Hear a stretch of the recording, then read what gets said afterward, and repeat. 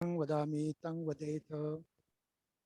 आं भन्ते अरहं सम्मा सम्बुद्धो अरहं सम्मा सम्बुद्धो बुद्धं भगवन्तं अभिवादेमि। बुद्धं भगवन्तं अभिवादेमि।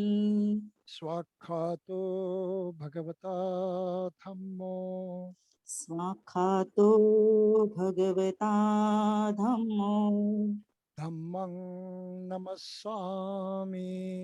धम्मं नमस्सामि। सुपटिपन्नो भगवतो सावकसङ्घो सुपटिपन्नो भगवतो सावकसङ्घो संघं नमामि।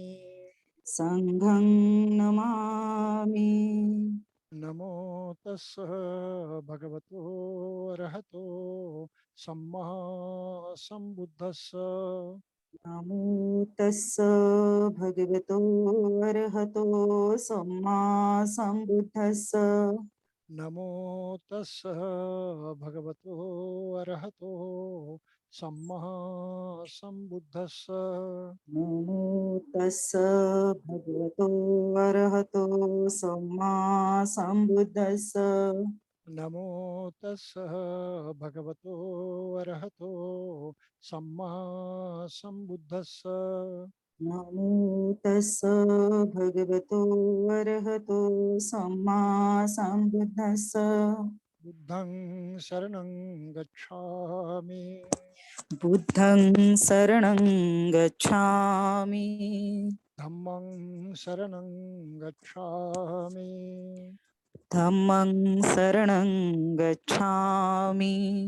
संघं शरणं गच्छामि। संघं शरणं गच्छामि। द्वितीयंपि बुद्धं शरणं गच्छामि। द्वितीयंपि बुद्धं शरणं गच्छामि। द्वितीयंपि धम्मं शरणं गच्छामि। द्वितीयंपि धम्मं शरणं गच्छामि। द्वितीयंपि संघं शरणं गच्छामि। द्वितीयंपि संघं शरणं गच्छामि। तृतीयंपि बुद्धं शरणं गच्छामि। तृतीयंपि बुद्धं शरणं गच्छामि। तृतीयंपि धम्मं शरणं गच्छामि। तृतीयंपि धम्मं शरणं गच्छामि। तृतीयंपि संघं शरणं गच्छामि। तृतीयंपि संघं शरणं गच्छामि। शरणगमनं निठितं आं भन्ते पाणातिपाता वेरमणि पाणातिपाता वेरमणि सिक्खापदं समादियामि। सिक्खापदं समाधियामि। अदिन्नादाना वेरमणि अदिन्नादाना वेरमणि सिक्खापदं समादियामि। सिक्खापदं समाधियामि। कामेषु मिच्छाचारा वेरमणि कामेषुमिच्छाचारा वेरमणि सिक्खापदं समादियामि। सिक्खापदं समाधियामि। मुसावादा वेरमणि मुसावादा वेरमणि सिक्खापदं समादियामि। सिक्खापदं समाधियामि। सुरामेरयमच पमादठाणा वेरमणि सुरामेरयमज्ज पमादठाना वेरमणि सिक्खापदं समादियामि। सिक्खापदं समाधियामि। इमानि पञ्चसिक्खापदानि शीलेन सुगतिं यन्ति। शीलेन भोगसम्पदा शीलेन निभृतिं यन्ति। तस्माशीलं विशोधये। आं भन्ते साधु साधु साधु साधु साधु साधु वन्दामि बुद्धं भन्ते नमामि, नमामि धम्मं नमामि, धम्मं नमामि संघं नमामि, संघं नमामि अहं वन्दामि सर्वदा। वन्दामि सर्वदा। धन्यवाद भन्ते जी. मी आता आपणाला विनंती करते की आपण हे पुढचं सेशन सुरू करावे. थँक्यू. वंदन.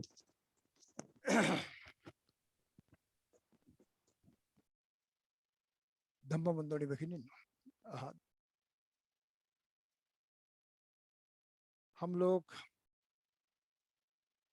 धम्म जीवन पद्धति की कुछ मूलभूत जानकारी है वो लेने की कोशिश कर रहे हैं।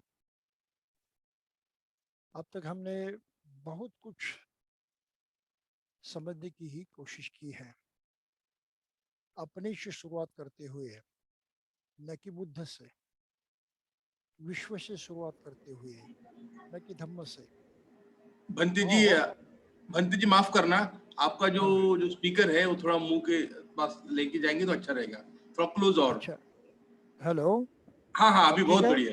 या very good, thank you sir. हाँ, तो हमने जो शुरुआत की है अपने से की है, न कि बुद्ध से। सृष्टि के जो नियम है, कानून है, उनसे की है, न कि धम्म से। और हम पूरी मानव जाति के बारे में किस तरह से अपने जीवन को निर्माण कर सकते, इसके बारे में हमने सोचा है, न केवल संघ के बारे में। तो बहुत कुछ जानकारी अब तक हासिल की है हमने, उसको पचाना शायद कठिन होगा, लेकिन ये बात पच गई तो यकीन मानिए कि आपका जीवन जो है सफल होगा, पूरी तरह से बदल जाएगा। मनुष्य का जीवन अनमोल है, दुर्लभ है, कैसे मिला पता नहीं, लेकिन इस जीवन जीने का उद्देश्य भी है। जैसे कि सृष्टि में हर निर्माण होने वाली जो चीजें हैं उनका उद्देश्य होता है। जैसे फूल का पौधा लेते हैं हम, तो उसको फूल आने से वो पूरा पूरा हो जाता है। फल का पेड़ लेते हैं, उसको फल आने से पूरा पूरा हो जाता है। उस तरह से मनुष्य भी पूरा पूरा हो जाता है। अन्य प्राणियों के लिए संभव नहीं है, क्योंकि अन्य प्राणियों के बारे में बहुत सारी नेचुरल सृष्टि की ही दिक्कतें हैं, मर्यादाएं हैं, और ये मर्यादाएं मनुष्य प्राणी के बारे में नहीं है। सो मनुष्य की अपनी ये जो प्रचंड ऊर्जा है, बहुत असीमित ताकत है, उसके बल पर वो पूर्णत्व को पाता है। फूल का पेड़ होता है तो फूल बनकर पूरा होने की उम्मीद उसमें होती है, ऐसा मान सकते हैं। फल के बारे में वैसा मान सकते हैं। तो मनुष्य के जीवन के बारे में कौन सी उम्मीद होती है? मनुष्य के जीवन के बारे में उम्मीद एक ही है, हर मनुष्य सुखमय जीवन चाहता है। ये हमेशा के लिए मिलते रहे, हमेशा के लिए कायम रहे, ये चाहत हर मनुष्य में होती है। कोई मनुष्य प्राणी ऐसा नहीं जो सुख के लिए जीना नहीं चाहता।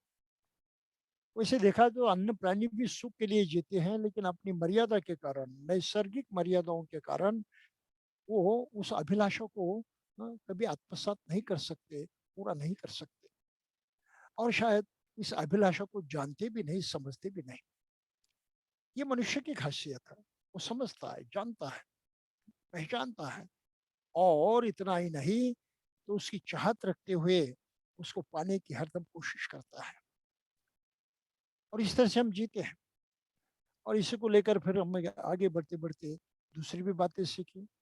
इसमें उसका मन प्रधान है, मानसिक शक्ति का इस्तेमाल होता है। शरीर इतना महत्वपूर्ण नहीं जितना कि मन, और इस मन के बल पर वो आगे बढ़ सकता है। और फिर हमने देखा कि मन की भी दो बहुत महत्वपूर्ण अवस्थाएं हैं जिनको हमें बुद्ध धर्म की आधारशिलाओं के नाम से पिछली बार ध्यान में लिया था। वह प्रज्ञा और करुणा। और प्रज्ञा की भी हमने जानकारी ली थी कि प्रज्ञा के मानिए सीखना, जानना, समझना, जिसको हम ज्ञान कहते हैं। सुनने से प्राप्त होता है, पढ़ने से प्राप्त होता है, और किसी कहने से प्राप्त होता है।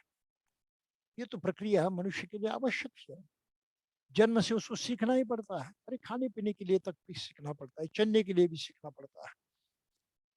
सीखने की प्रवृत्ति को छोड़कर एक इंसान इंसान नहीं बन सकता। ये हकीकत है, ये सच्चाई है। सीखना इतना आवश्यक है इंसान के लिए, नहीं तो इंसान वो बन ही नहीं सकता। एक मनुष्य प्राणी के रूप में वो हाँ, खड़ा रह ही नहीं सकता। ये हकीकत है। इसके बारे में हमने देखा, और ये सब क्रिया मन पर अवलंबित है। और यही सच्चाई बुद्ध ने जानी है दुनिया के इतिहास में। मन सब कुछ है। ये मन ही ऐसी ताकत है जी जो आदमी को पूर्णत्व की ओर ले जाती है, उसकी विकास की तरफ ले जाती है, और इसी के माध्यम से उसका विकास होता है। तो इसके संजय लिए जी, सोचना। हाँ, बड़ा काही मेंबर, कुछ मेंबर को आवाज कम आ रहा है। उनका मैसेज आया है चैट बॉक्स में, शायद कुछ सेटिंग में प्रॉब्लम है। एक बार फिर से ऐसा हाँ, एक दो लोगों का मैसेज आया है आवाज कम आ रहा है करके। वो कंप्यूटर के इससे वॉइस बढ़ाना पड़ेगा, वॉल्यूम। हेलो, हाँ हाँ, अब ठीक है? अब अभी ठीक है? ठीक है। हाँ हाँ, अच्छा, तो इस तरह से सीखने के माध्यम से ही, जो कि मन के द्वारा होता है, आदमी सही अर्थ में आदमी बन जाता है, इंसान बन जाता है, और अपने स्वयं को वो पूर्णत्व की तरफ भी ले जा सकता है। ये सच्चाई बुद्ध ने जानी है कि मन के सिवा और कुछ नहीं है, मन ही सब कुछ है। तो इसके बारे में हमने बहुत जानकारी हासिल की है, और देखा कि धम्म की दो आधारशिलाएं बुद्ध ने बताई है कि मन को है जो प्रज्ञा को प्राप्त करना है, और इसी मन के अंदर करुणा भी होती है। तो प्रज्ञा और करुणा बुद्ध धम्म की दो आधारशिला है, बुद्ध की शिक्षा की दो आधारशिला है। इतना ही नहीं, लेकिन सच्चाई ये है कि प्रज्ञा और करुणा मनुष्य जीवन की आधारशिलाएं हैं। हर मनुष्य का जीवन इन दो तत्वों से जुड़ा हुआ है, उस पर अवलंबित है, और उसी के सहारे उसके जीवन में सही परिवर्तन आ सकता है। तो मनुष्य जीवन की दो आधारशिला है। इस तरह से हाँ, हम प्रज्ञा और करुणा की तरफ देखने की कोशिश करें। धम्म की तो है ही, बुद्ध की शिक्षा में दो आधारशिलाएं मानी गई है, लेकिन उससे भी बढ़कर सच्चाई हकीकत ये है कि हमारे जीवन की, हमारे अस्तित्व की, एक मनुष्य होने के नाते हमारे समग्र अस्तित्व की आधारशिला है। और इस आधार पर ही हम टिके रह सकते हैं, खड़े रह सकते हैं।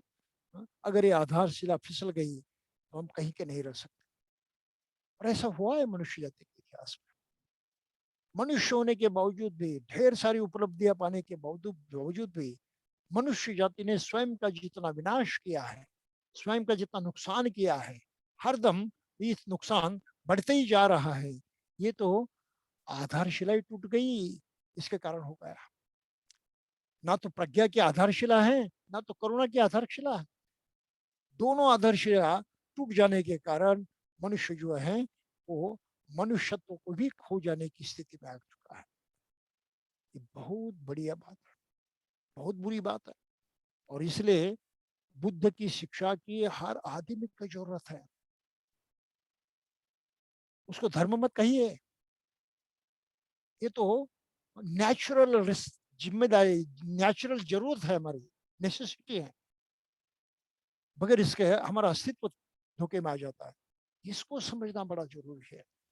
और ये समझाने के लिए बुद्ध ने बहुत प्रयास किए। अपने जीवन के 45 साल उन्होंने धम्म के प्रचार में लगाए। क्या समझाते थे वो लोगों को? यही समझाते थे कि तुम इंसान हो, तुम्हारा सुख, तुम्हारी चैन, तुम्हारा सब कुछ मंगल तुम्हारे मन में ही समाया हुआ है। बस उस तरफ जाओ, उसको अपनाओ, उसको सही ढंग से अमल में लाने की कोशिश करो, आप अपने पूर्वत्व को पा जाएंगे, पूरा पूरा सुख पा जाएंगे। और दूसरी बात क्या कही? और क्या ये बात केवल हाँ उनको मानने वालों को ही कही है? नहीं, ये हर आदमी को लागू होती है। सृष्टि का नियम है, वो कुदरत का कानून है, अपने घर का नहीं है, हर आदमी को लागू होता है। क्योंकि हर आदमी के पास मन है और मन के सिवा उसका जीना असंभव है। अगर इस मन को ही सही ढंग से अमल में लाए तो उसका जीना हाँ, सही होता है, हो सकता है। तो प्रज्ञा और करुणा, इसका ये मनुष्य जीवन में आधारशिलाएं होने का जो महत्व है, उसको हर बौद्ध आदमी ने बड़े बारीकी से समझना है और औरों को भी समझाना है। और फिर इसकी शुरुआत कहाँ से होती है? हमने पिछली बार देखा, यूनिसो मनसिकार, चिंतन करे, मनन करे।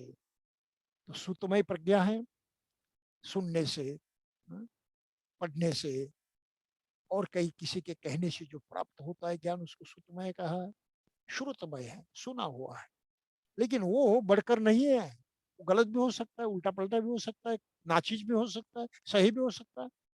चिंतन मनन जरूरी है, उनकी परख करना जरूरी है, उनको जांचना जरूरी है, उनको तलाशना जरूरी है। तो ये मन की तो और दूसरी ताकत है। और कुछ आयु प्राप्त करने के बाद, 10-12 साल की आयु प्राप्त करने के बाद मन की ताकत काम करने लगती है। उसका पूरा पूरा पूरा पूरा फायदा मनुष्य ने अपने जीवन पर्यंत लेना चाहिए, उठाना चाहिए, मरते दम तक उसका प्रयोग करना चाहिए। इसको नकार देना, उसको बंदिस्त करना, उसमें कहीं मिलावट करना, ये ठीक नहीं है। अनुभव के बलबूते आप बनाओ, उसमें मिलावट नहीं कर सकते। अनुभव को सही मानते हुए आप उसके बारे में कोई हेरा फेरी नहीं कर सकते, बशर्ते आप ईमानदार हो अपने भावनाओं के प्रति, बशर्ते आप आपकी खुद की इज्जत करते हो और अपने खुद की सुख की चाहत रखते हो।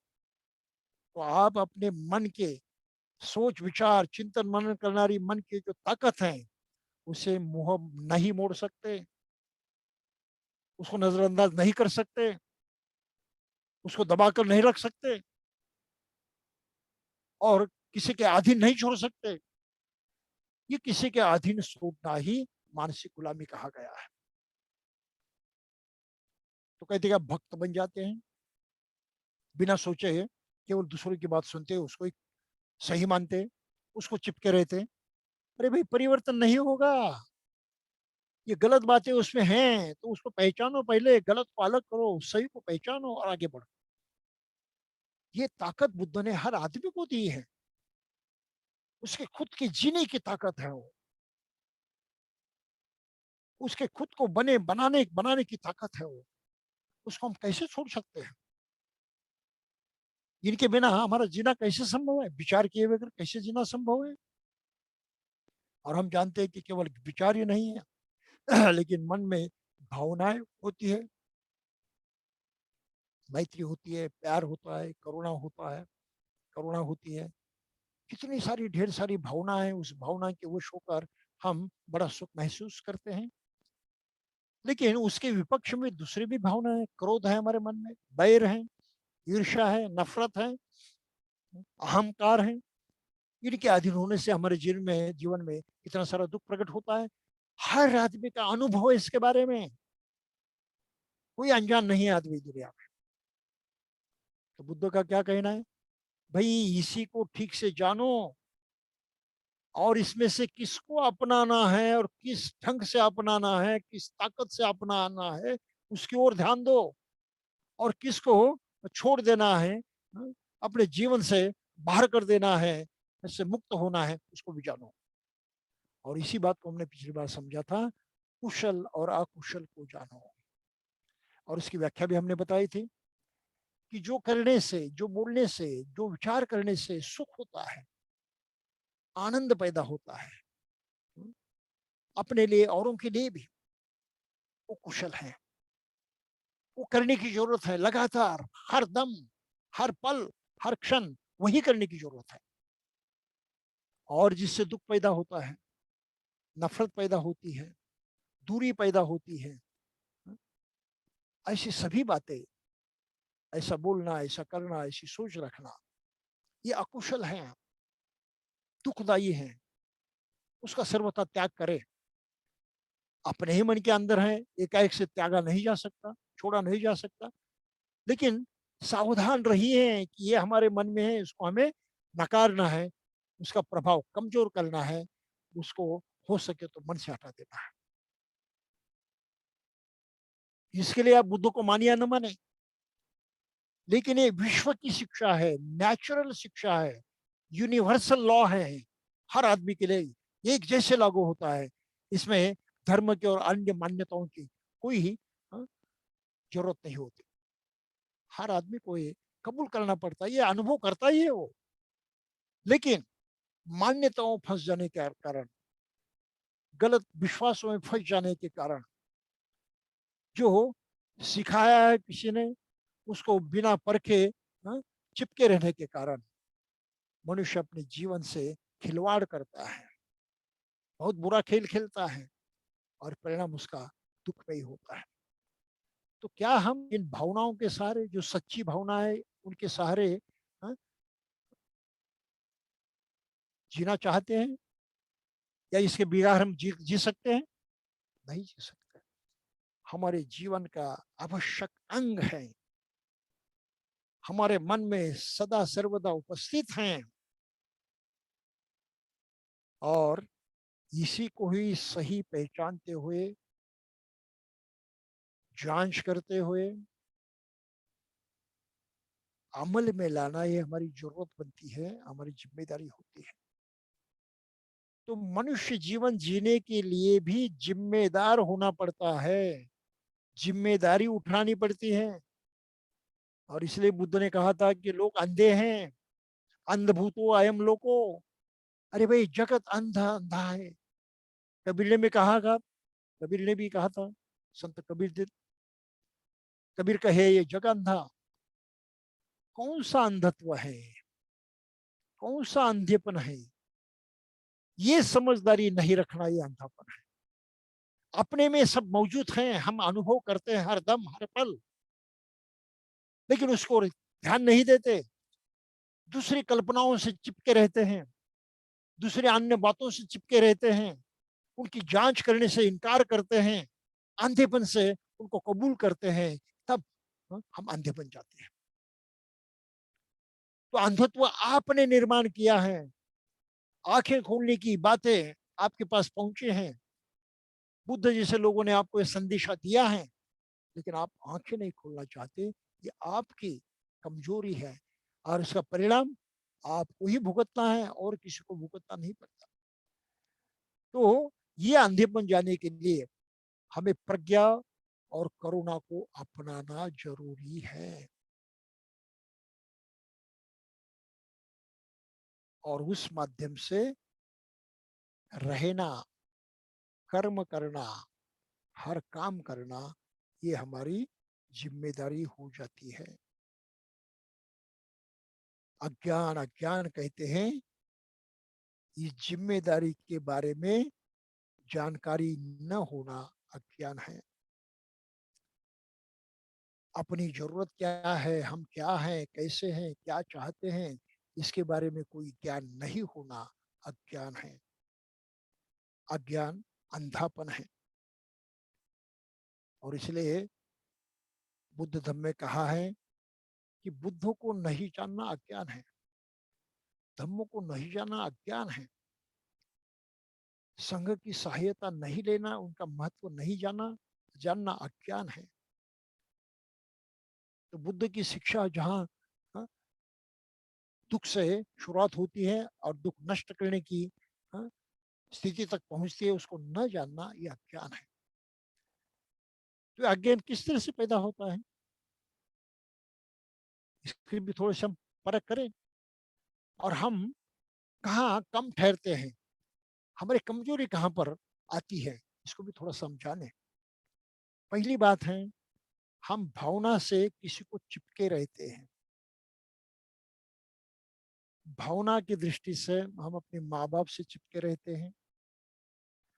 माँ बाप की जो मान मान्यता ये होती है, सोच विचार होता है, श्रद्धा विश्वास होते हैं, जीने के तरीके होते हैं, इन सभी को हम जैसा कि वैसा स्वीकार करते हैं, उसको चिपके रहते हैं, उसकी परीक्षा नहीं करते। माँ बाप की बहुत सारी गलत बातें सिखाते हैं, गलत आदतें डालते हैं, स्वयं गलत करते रहते हैं, और फिर उसके ही परिणाम, उसके ही संस्कार हमारे मन पर होते हैं, और उनको हम चिपके रहते हैं, उनकी परीक्षा नहीं करते। जब हमारी आयु हो जाती है समझदारी की, और मन सक्षम हो जाता है परीक्षण करने के लिए, हम उसका प्रयोग नहीं करते। इसीलिए किसी भी आदमी को कोई भी धर्म जन्म से चिपकता नहीं, प्राकृतिक ढंग से नेचुरली उसको मिलता नहीं है, वो चिपकाया जाता है इस मान्यता के आधार पर कि जिस माँ बाप के, हाँ, उधर से आप पैदा हुए, उनकी जो मान्यता है, उनका जो धर्म है, उनका जो श्रद्धा विश्वास है, वही आपका हो जाता है। ये मान्यता है, केवल एक समझ है, सच्चाई नहीं है। और बुद्ध का कहना क्या है, हर समझदारी, हर सच्चाई जो है उसको पहचानो, हाँ, जांच कर, हाँ, उसको अपनाओ, केवल विश्वास मत रखो, ये अंधविश्वास हो जाता है। तो ये भावनिक दृष्टि से, इमोशनली हम ऐसी बातों से चिपके रहते हैं। और इसका सबसे बड़ा उदाहरण यही है कि जन्म से लोग स्वयं को किसी न किसी धर्म का मानते हैं, उसमें कोई कमजोरी नहीं देखते। बाद में कमजोरियां नजर भी आती हैं, कोई बतलाते भी हैं, इशारा भी करते, भाई ये आपके धर्म में गलत है वगैरह, वो कबूल नहीं करते, वो नहीं मानना चाहते, क्योंकि भावनिक दृष्टि से उसको चिपके रहते हैं, और ये अज्ञान उनका पक्का हो जाता है। बुद्ध ने कहा कि भावना से आप किसी बात को चिपके न रहे।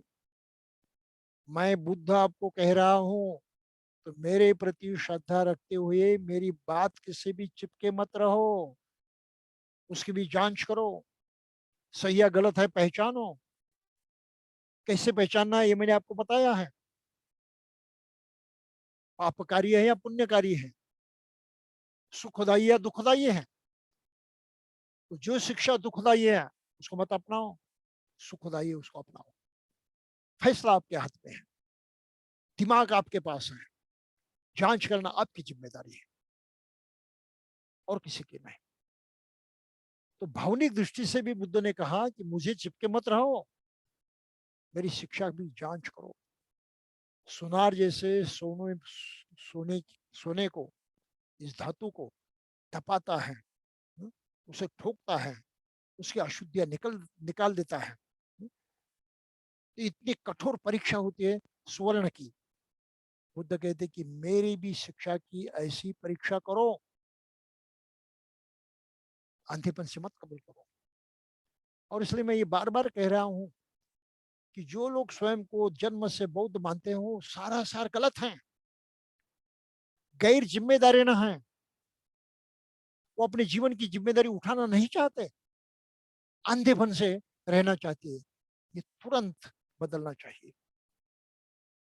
ये जो परंपरा निर्माण हुई है, ये तुरंत खत्म होनी चाहिए, उसको आगे नहीं बढ़ाना है किसी हालत में।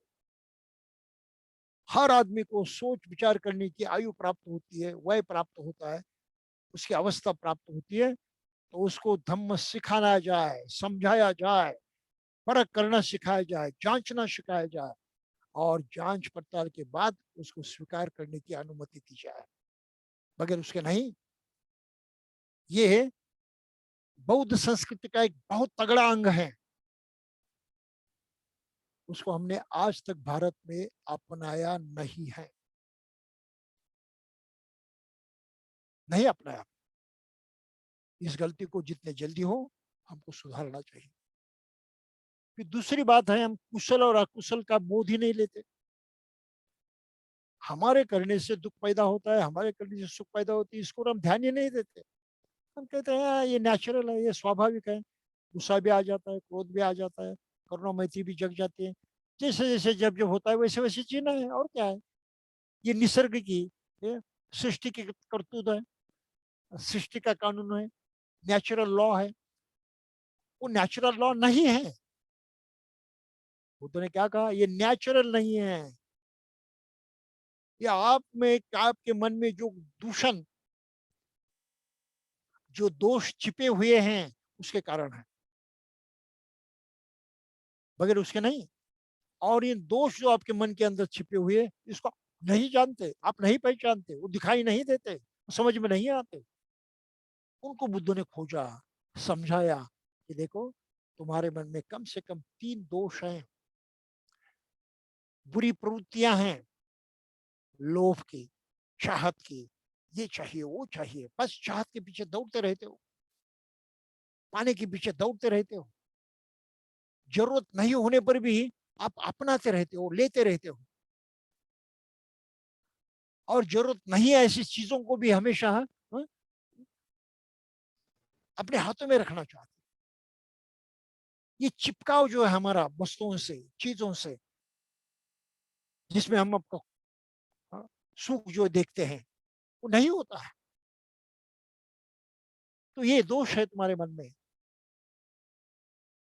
जिसे आप नहीं पहचानते। फिर क्रोध है, ईर्ष्या मत्सर है, उसको दोष कहा मराठी में, ये पाली में द्वेष हम मराठी में कहते हैं, हिंदी में कहते हैं। ये द्वेष है, बैर है, गुस्सा है।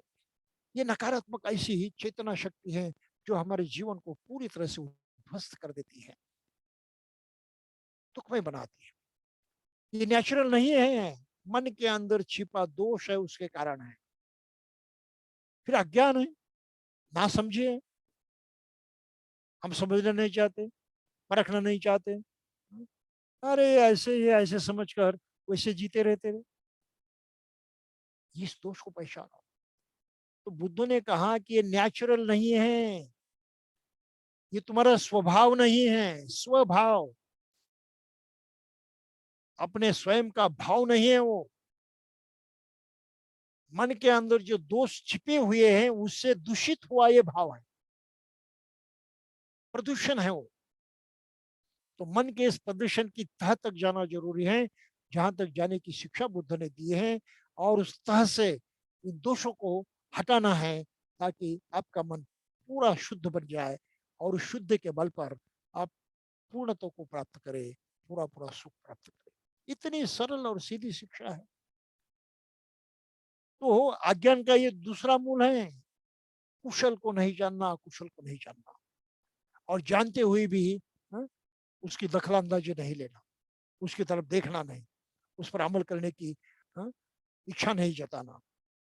ये अज्ञान का मूल है।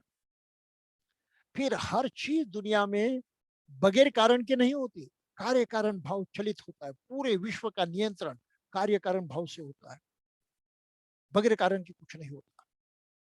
चमत्कार नहीं होते, कोई ऐसी विलक्षण शक्ति विश्व में नहीं है जो जो नेचुरल सृष्टि के कानून है, कुदरत के कानून है, उनके खिलाफ बर्तन करे। सूर्य का उदित होना कोई रोक नहीं सकता, उसको ढक देना कोई कर नहीं सकता। लेकिन ऐसी भी पुराण कथाएं लिखी गई हैं जिस पर लोग विश्वास करते हैं।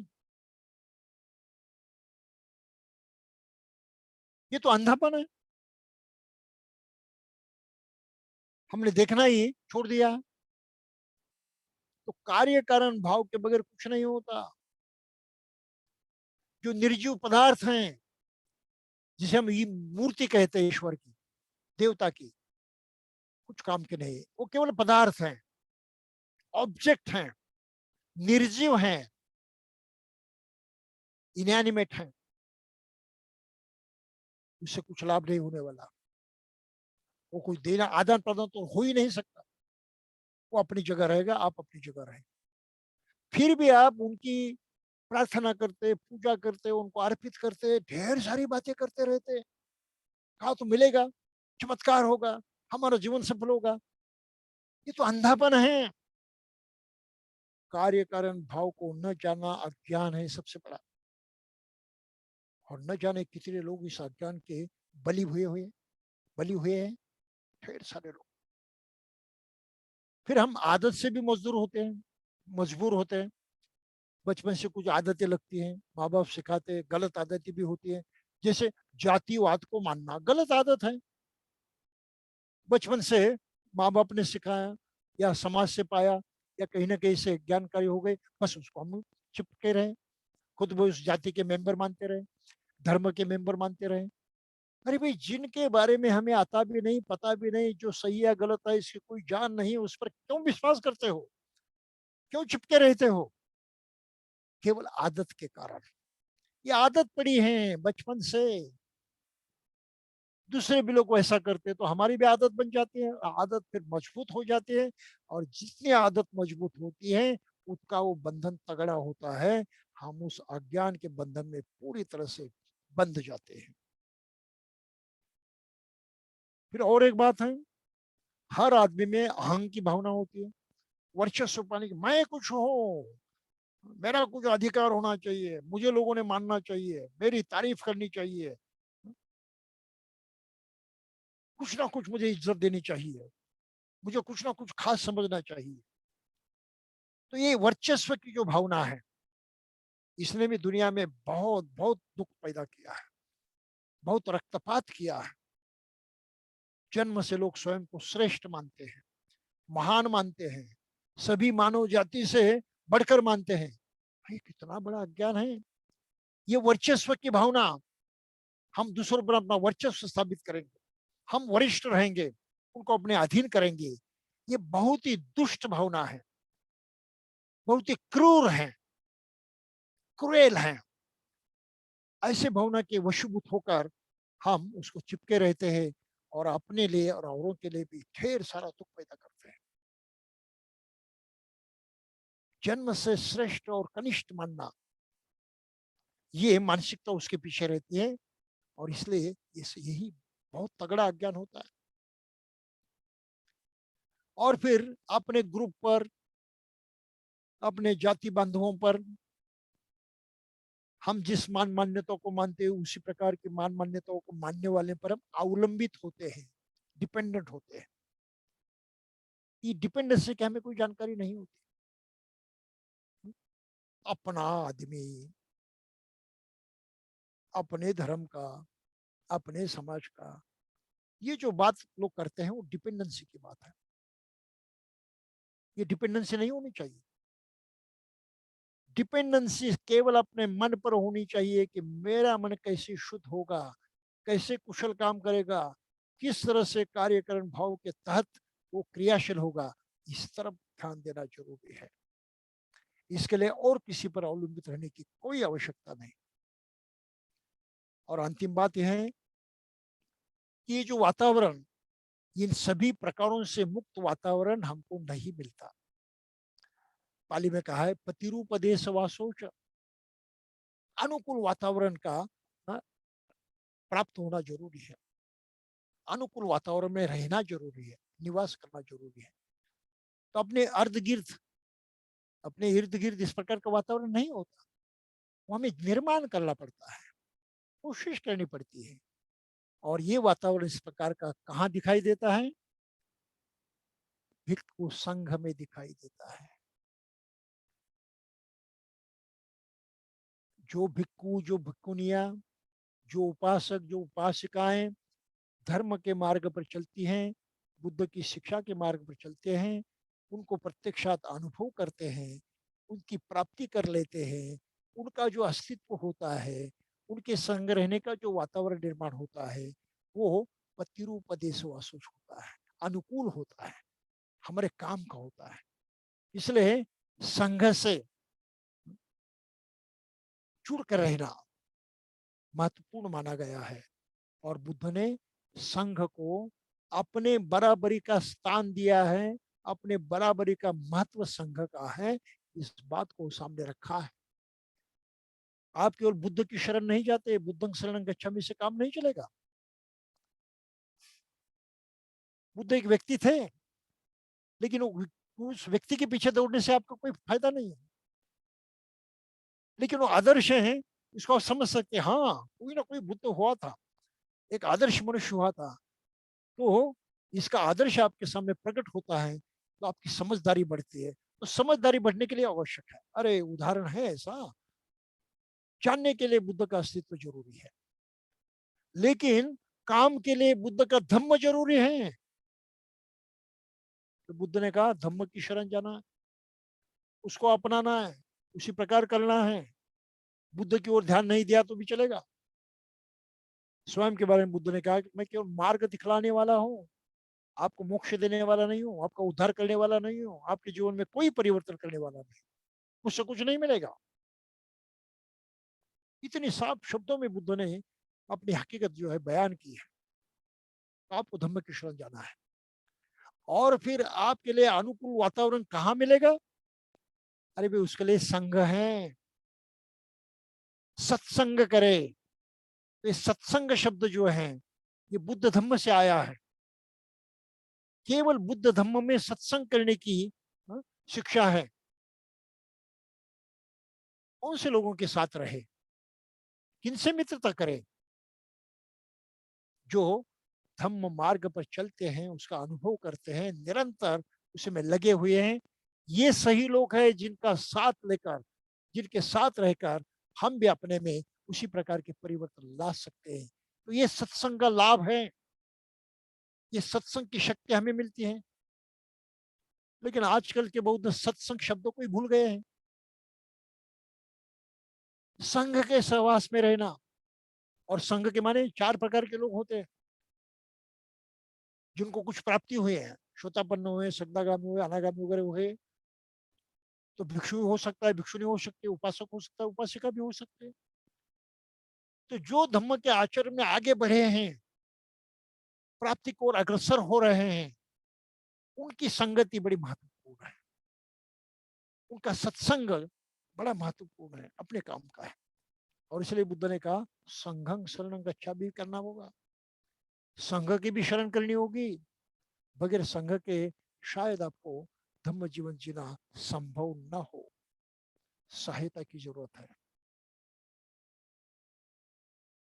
प्रत्यक्षात उदाहरण दिखलाने वालों की जरूरत है, प्रत्यक्षात करके दिखलाने वालों की जरूरत है।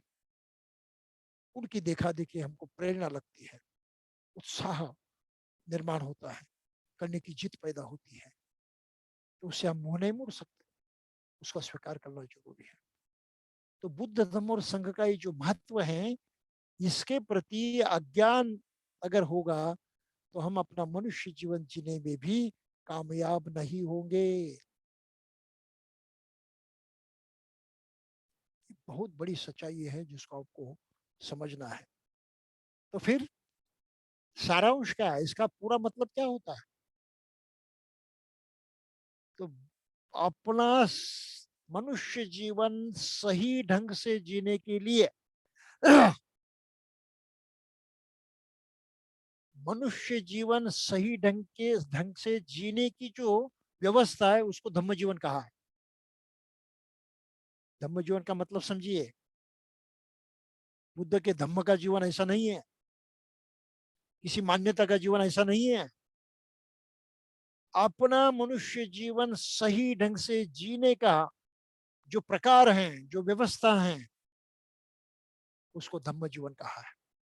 अपना जीवन जीने का सही ढंग से। और ये सही ढंग से जीवन हम कब जी सकते हैं? तो पहले हम अपने मन का प्रयोग कर सकते हैं, तब सोचना यूनिसो मनचकार, और फिर इससे हमें दृष्टि का लाभ होता है, समझदारी बढ़ती है, आकलन होता है, सच्चाई दिखने लगती है, अनुभव के तौर पर हम उसको जान सकते हैं और मान सकते हैं कि कौन सा सत्य और कौन सा असत्य है, कौन सा कुशल है और कौन सा अकुशल है।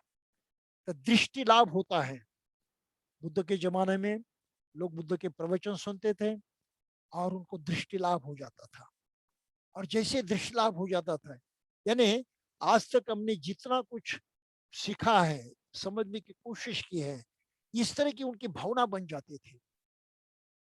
और फिर कहते थे, आहा भगवान अद्भुत, आपकी देशना अद्भुत है। मेरी अवस्था कैसी हुई है? जैसे अंधेरे कमरे में प्रकाश फैल जाए और हर चीज दिखाई दे, इस तरह से मेरे मन के अंदर प्रकाश फैल चुका है और मैं हर चीज अपने मन की देख रहा हूँ। कौन सा गलत है, कौन सा सही है, कौन सा कुशल है, कौन सा अकुशल है।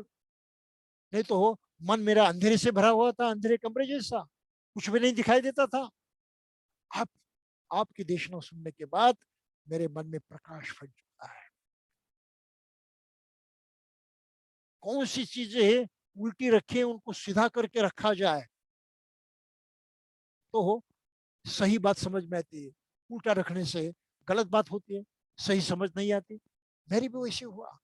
आज तक मैंने जिन बातों को उल्टा ही ग्रहण किया था, उल्टा ही समझ लिया था, उल्टा ही देख लिया था, अब वो सीधा हो गया है आपके देशना से। और हर चीज मुझे जैसी की वैसी दिखाई दे रही है, विकृत नहीं दिखाई देती, जैसे की जैसे। आप सर के बल पर खड़े रहोगे तो विकृति होगी, वो अननेचुरल होगा, अनैसर्गिक होगा, गलत होगा। लेकिन पाँव के बल पर खड़े रहोगे तो सही होगा। तो इनको लगता था ऐसा सही दिखाई दे रहा है, पहले तो उल्टा दिखाई दे रहा था। हाँ भगवान, जैसे उल्टी चीज को सीधा रखा जाए, ऐसा मेरा हुआ है। अब मैं स्वयं को ठीक ढंग से देख रहा हूँ, मेरे इर्द गिर्द जो है उसको भी सही ढंग से देख रहा हूँ, और मेरा ध्येय क्या है वो भी मुझे समझ में आ रहा है। ध्येय तो भगवान आप हैं, आप जैसे मुझे बनना है, आपकी तरफ ही मुझे आगे जाना है, दूसरा रास्ता नहीं है। तो बुद्धं शरणं गच्छामि। आपने जो शिक्षा दी है उसी को ही अंगीकार करना है, उसके बल पर ही मुझे आप जैसा बनना संभव है, तो उसको अंगीकार करना जरूरी है। तो धम्मं शरणं गच्छामि। और इसके लिए वो सत्संग चाहिए मुझे, जो मेरी सहायता करेगा, मुझे आगे बढ़ाने के लिए कोशिश करते रहेगा, हाँ? बहुत प्रेरणा देते रहेगा। तो ऐसे संघ की जरूरत है। तब लोग बुद्ध धम्म संघ की शरण जाते थे और बौद्ध बनते थे। ये बौद्ध बनने की प्रक्रिया है, बुद्ध काल से चलती आ रही है। आज हमें इस प्रक्रिया को सही ढंग से अपनाना है, पूरा पूरा, अधूरा नहीं। इसलिए मैं बार बार यही कहते रहा कि भाई बगैर दीक्षा लिए आप बौद्ध मत कहें खुद को, और बगैर अपनी आंखें खोले, कुशल अकुशल को जाने, कार्यकरण भाव को जाने, बुद्ध और धम्म की महिमा, उनकी असलियत को जाने। आप बुद्ध धम्म को कबूल मत करें, बौद्ध मत बने, ये जानना जरूरी है, समझना जरूरी है। जब समझोगे तब आपको बौद्ध बनना आसान होगा, और वही बौद्ध बनना सही होगा। तो कुशल अकुशल का ज्ञान होना जरूरी है। और ये सब होने के बाद दृष्टि लाभ हो गई, यूनिसो मनसिकार, अपना मन आप जो है इस्तेमाल करते रहे, जांच पड़ताल करने में लगाया उसको पूरी तरह से, कुशल अकुशल की पहचान आपको आने लगी, कार्यक्रम भाव जो आपके समझ में आ गया। तब आप बुद्ध और धम्म की शरण जाते हैं, जैसे कि बुद्ध के जमाने में होता था। तब शरण गमन होता है, और ये शरण गमन होता है तब आप कौन सी जिम्मेदारी उठाते हैं? बुद्ध जैसे बनने की, धम्म का इस्तेमाल करने की, संघ के संग रहने की। और फिर ये करने की जो करनी है, कृत्य है, वो करने का जो कर्म है, वो आपके हाथों से प्रत्यक्षात आता है, आप करने लगते हैं, जिसको हम कहते हैं आचरण। फिर कम से क्या करोगे हम, और क्या करते हैं? जैसा कि हम जानते हैं कि हर समय हम त्रिशूल पंचशील से शुरुआत करते हैं। तो इस तरह से हमने शरण गमन किया सही अर्थ से। तो फिर जिम्मेदारी हमने कौन सी उठाई? आप धम्म का अनुसरण करेंगे, तो बुद्ध ने जो कहा है वो करेंगे, जिसको हम शीलाचरण कहते हैं। शील का महत्व इतना गहरा है, इतना महत्वपूर्ण है, बगैर शील के आप धम्म मार्ग पर नहीं चल सकते। बहुत गंभीरता से शील को देखना है, बहुत सच्चाई से उसको जानना है और बहुत ताकत से उसको अपनाना है, अमल में लाना है। बहुत कह लेने से काम नहीं चलता, दीक्षा लेने से भी काम नहीं चलता। प्रत्यक्षात करने की ठानी होनी चाहिए, निश्चय होना चाहिए। और जब हम प्रत्यक्षात करने लगते हैं तब सही में हम धम्म जीवन जीते हैं, सही में हम सही प्रकार का मनुष्य जीवन जीने में सक्षम हो जाते हैं। और फिर इसके दो अंग हैं, एक है हर चीज को परखना, प्रज्ञाओं को बढ़ाना। तो तीसरे प्रकार की प्रज्ञा हमें मिल जाते हैं जब हम उस तरफ बढ़ते हैं, उसको कहते हैं भावना माया पहिया। यानी प्रज्ञा का पूरा पूरा विकास हुआ। भावना के माने विकास, मराठी में भावना का अर्थ होता है इमोशन, लेकिन पाली में भावना का अर्थ होता है विकास। तो प्रज्ञा का पूरा विकास हो जाता है। पहली दो प्रकार की प्रज्ञा तो सामान्य प्रज्ञा है, जिसका सहारा लेकर हम प्रज्ञा का पूरा पूरा विकास कर सकते हैं, भावना प्रज्ञा की तरफ बढ़ सकते हैं। तो ये तीसरे प्रकार की प्रज्ञा, ये सही में प्रज्ञा है।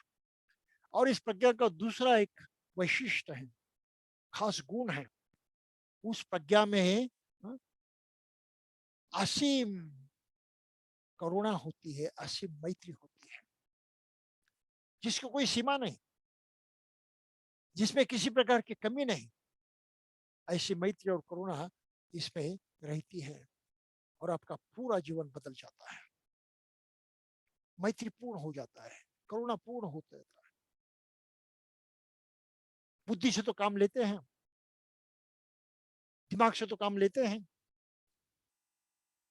लेकिन अपनी मानसिकता अंदर से बदल जाती है। तो ये सीखना जो है, बुद्ध धर्म को सीखना, दृष्टि लाभ होना है, यूनिसो मानसिकार है, कुशल कुशल का ज्ञान है, हाँ, कार्यक्रम भाव का ज्ञान है। ये ज्ञान पाना, इसको परियति कहा है। परियति यानी समझना, सीखना, जानना। और जब हम शरण गमन करते हैं और प्रत्यक्षत आचरण करने लगते हैं तो उसको कहा है पटिपत्ति। पटिपति, हम प्रत्यक्षात ला रहे हैं, आचरण कर रहे हैं। और फिर इसका का जो परिणाम होता है अंतिम, हम पहुंच जाते हैं अरहत पद तक, और ऊंचाई तक पहुंच जाते हैं। छोटा बन्न बनते, शक्तागामी बनते, अनागामी बनते, तो उसको कहते हैं पटिवेद।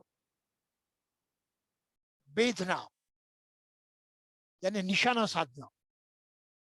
तो हम निशानों को साध लेते हैं। निशाना कौन सा है? स्वयं को परिपूर्ण बनाना, स्वयं को पूरा पूरी सुखी बनाना।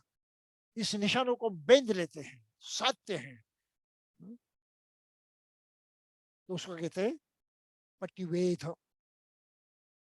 तो इस प्रकार बौद्ध जीवन मार्ग की रचना है, उसकी शिक्षा इस प्रकार से अपनानी पड़ती है। और मैं समझता हूँ कि ये बुनियादी बातें जो केवल बौद्ध ग्रंथ पढ़ने से समझ में नहीं आती, इसको समझाने की मैंने हरदम कोशिश की है। आप उसको ठीक से समझे और प्रत्यक्षात लाने की हरदम कोशिश करें। ये सुनकर छोड़ देने की बातें नहीं है। कुछ बातें भूल गए, ध्यान में नहीं रही, बार बार पूछते रहें। पूछना जरूर है और इसलिए संघ की जरूरत है। किससे पूछे? तो संघ से पूछे, करने वालों से पूछे, उसे जाने, और जो जो गलती हमसे हो रही है उसको ठीक करते हुए आगे बढ़े। तो बौद्ध जीवन मार्ग के बुनियादी तत्व जो है, मूलभूत ज्ञान जो है, मूलभूत समझ जो है, हमने आज तक पाने की कोशिश की है। और मैं समझता हूँ कि आप शायद उससे बहुत अच्छी तरह से वाकिफ हुए होंगे। हो सकता है आप उसको प्रत्यक्षात लाने की जिद भी जताएंगे। पूरी तरह से अपनी ताकत लगाकर उसको आत्मसात करने की कोशिश करेंगे। आगे चलकर हम बुद्ध की जो बुनियादी शिक्षाएं हैं, बुद्ध ने क्या क्या सिखाया, वो प्रतिशत सीखने की कोशिश करेंगे। बुद्ध से और गहरी पहचान करेंगे। धम्म की अलग अलग शिक्षाएं हैं, उनको जानने की कोशिश करेंगे, क्योंकि जितना हम जानेंगे उतना काम हमारे आने वाली चीजें हैं, उतना हमारा काम आसान होने वाला है। तो इसलिए यहाँ से आगे बढ़कर हम बुद्ध की मूलभूत शिक्षाएं जो हैं, जो पाली त्रिपिटक में आई हैं और संस्कृत ग्रंथों में आई हैं, अलग अलग ढंग से आई है, अलग अलग विषयों पर आई है, तो उसको एक एक करते हुए समझने की कोशिश करते रहेंगे। हाँ? आज के दिन हाँ, ये हमारी पूर्व तैयारी जो है, आगे की यात्रा के लिए सिद्ध होना है, तैयारी करनी है, बौद्ध जीवन जीने की यात्रा हमें शुरू करनी है। उस यात्रा पर आरूढ़ होने के लिए, चलने के लिए जो पूर्व तैयारी करनी है, पूर्व तैयारी करने की व्यवस्था हाँ, आज तक के प्रवचन में हमने की है, वो समझाने की कोशिश की है। तो उसको अपनाकर हम अभी सिद्ध हो जाए, अगली यात्रा करने के लिए उसके लिए तैयार हो जाए। तो अंत में मैं आज सभी का धन्यवाद देता हूँ। आपसे हर मंगल कामना करते हुए ये धर्म का, इस धम्म शिक्षा का पूरा लाभ उठाएंगे, ऐसी आशा रखते हुए मैं अपना ये वक्तव्य है यहीं पर समाप्त करता हूँ। जय भीम।